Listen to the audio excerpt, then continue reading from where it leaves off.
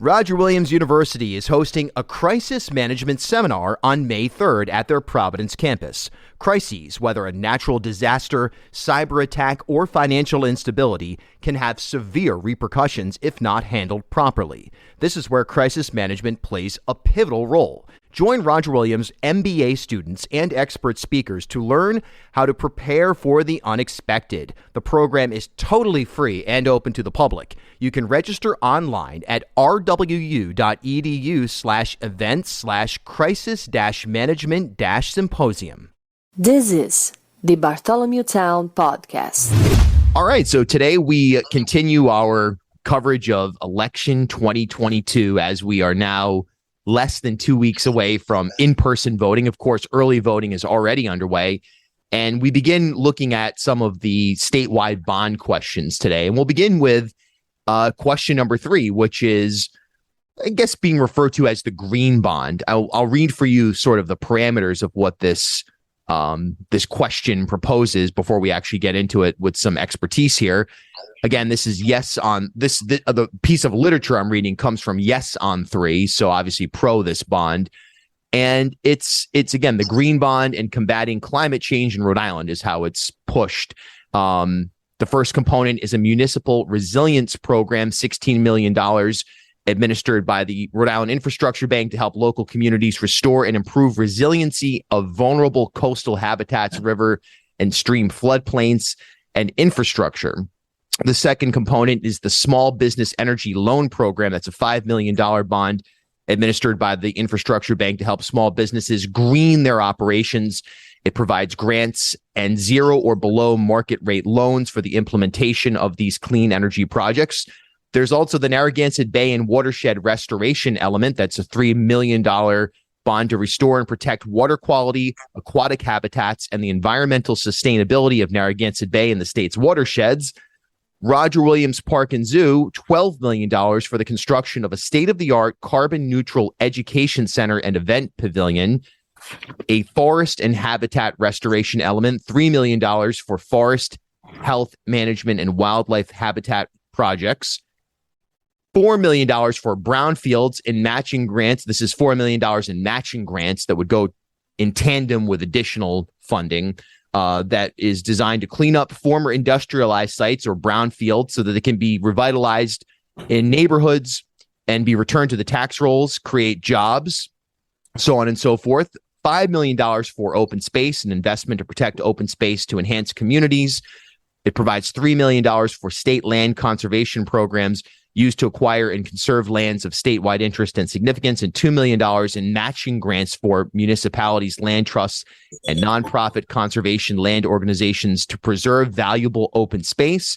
Finally, a local recreation element at $2 million in matching grants as well to create new and improve existing community parks and recreation facilities. So hopefully you had your notebooks out so you could jot down exactly what this is, but all under the umbrella of green bonding. And it's, again, question 3. So we have 2 people who are proponents of this. And I guess the best thing to do is for each of you to introduce yourself. I guess we'll start with Stacey. All right. Good morning. I'm Stacey Johnson. I'm Executive Director of Roger Williams Park Zoo. And I'm Topher Hamblett. I'm Director of Advocacy for Save the Bay. So a lot of this stuff on the surface, you read it and it's both long-term planning in terms of our infrastructure and just the realities of the changing, let's be honest about it, climate change, the way that the earth is shifting in a lot of different directions. That's all a factor. And then some of it is even more in the short term when you think about the development and preservation of open space for people to enjoy. The Roger Williams Park Zoo pavilion that would basically be a modernized classroom for people, particularly young students, to be able to experience whatever programs are coming from the zoo. There's also going to be the naysayers who are going to say, hey, look, we're in tough economic times and we just cannot move forward with any additional spending, borrowing, so on and so forth. So I guess, Stacey, let's start with from your perspective. Roger Williams Park, which I am about a mile away from here in Elmwood, is one of, if not, I think it's the largest park in the city of Providence, and it provides a sanctuary by and large, not just including the zoo itself and the carousel village, but the park itself is a vast and important open space here in Providence and the surrounding region. So I guess from your standpoint of advocacy, talk about the pavilion that's being proposed, the classroom, the carbon neutral classroom, but also just the general importance of open space from your standpoint. Sure, thank you. So the education center that would be our part of this bond proposal catches us up and temporarily might get us ahead of the curve. Our demand for education programs at the zoo has been continually increasing, and particularly coming out of the pandemic, we saw a boom last year. We actually had waiting lists and had to turn folks away. This new carbon neutral education center and events pavilion would actually increase our capacity by about 25%. And that will allow us to bring in and present more programs for folks for every age level, from preschool all the way up to college students. We're actually working with several of the universities in Rhode Island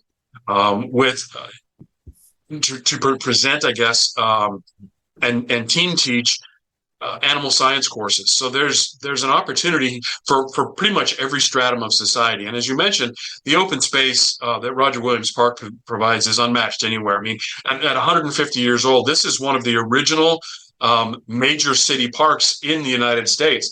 And of course, we've been talking about it a lot locally this year, but you hear about, Lincoln Park in Chicago, and you hear about Central Park in New York. This was part of that group of parks that was landscape designed 150 years ago with the idea of being a people's park. And this bond actually helps us and invests in the future to preserve that valuable asset, in addition to connecting to other important initiatives that Topher is going to have, more expertise on than I ever will to talk about. But we provide that experience for the folks who know how connected they may be to nature, and to get this, our increasingly urban Americans connected back with nature. The rest of the bond is actually making that connection and investing in that environment that is absolutely key to our survival, just like it is for the wildlife. Topher, let's talk about the from your vantage point of Save the Bay, or would Save the Bay, I should say. When we talk about the Bay right now, Narragansett Bay, we oftentimes flex it into the category of the blue economy, which is important. There's no question about it. Smart Bay, wind turbines, whatever it may be, but that's more in terms of economic development. This seems to be more in terms of conservation and preserving the natural resource that is both the Bay itself and the surrounding land that we've developed and is potentially threatened by climate change. Talk about, from your standpoint, the advocacy that you're putting forth for this bond. Sure, thanks. The Narragansett Bay itself, as well as the rivers that flow into it, are cherished in Rhode Island. And what we hear consistently is that the Bay is much cleaner than it used to be. And the reason that that's the case is that Rhode Islanders have, over the years, made these kinds of investments that question 3 is asking them to make again. So as Stacey mentioned, during the pandemic, we really saw how much people cherish these places. The parks, the coastal access points were flooded with people in numbers never seen before, because they really found some solace, some value in this as human beings. Now, I will say that all these investments that have been made to improve the health of Narragansett Bay happen to have great economic benefit as well. This puts question 3, the many types of projects that are environmental in nature actually are going to require the work of Rhode Island's engineering firms, environmental design firms, construction workers. So it's a great investment in our place and in our sense of place that happens to have a whole bunch of other benefits that go along with it. Right. Yeah, no question about it, for sure. There's an economic development component to it. There's a jobs component to it, something that is welcome in these times, no doubt about it. So, when we think of Rhode Island, we think of New England as a whole. Of course, we are a densely populated state. There's no doubt about that. And we have a dynamic urban core, and even expanding into places like Woonsocket, Westerly, Newport, wherever. Frankly, even Narragansett, South Kingstown. There are towns, and we're not the deep woodlands of the northern territories of Canada or something like that. But we're our identity is definitely tied to nature. It's definitely tied to forests. And how important is it from even just the soul of Rhode Island and our own identity to protect open space? We're facing challenges with housing right now, and undoubtedly zoning is going to be something that municipalities look at. How important is it to say, hey, wait a minute, before we develop any further, we need to preserve certain amounts of open space? I think you just said it. It's intimately tied to the identity of Rhode Island and Rhode Islanders that we have a green state next to a blue bay. And if we don't invest in that, I mean, two things. Long term, we have to continue investing in conserving these wild spaces. But as Topher just mentioned, as you kind of alluded to, it actually does have an economic impact, and it's an investment in the literal sense of the term. If we protect these spaces and we conserve Roger Williams Park and we develop the zoo, we're also drawing more folks into Rhode Island as tourists, and we're also providing a resource for our citizens who live here that they won't have any other way. The zoo actually is the largest single site tourist attraction in the state.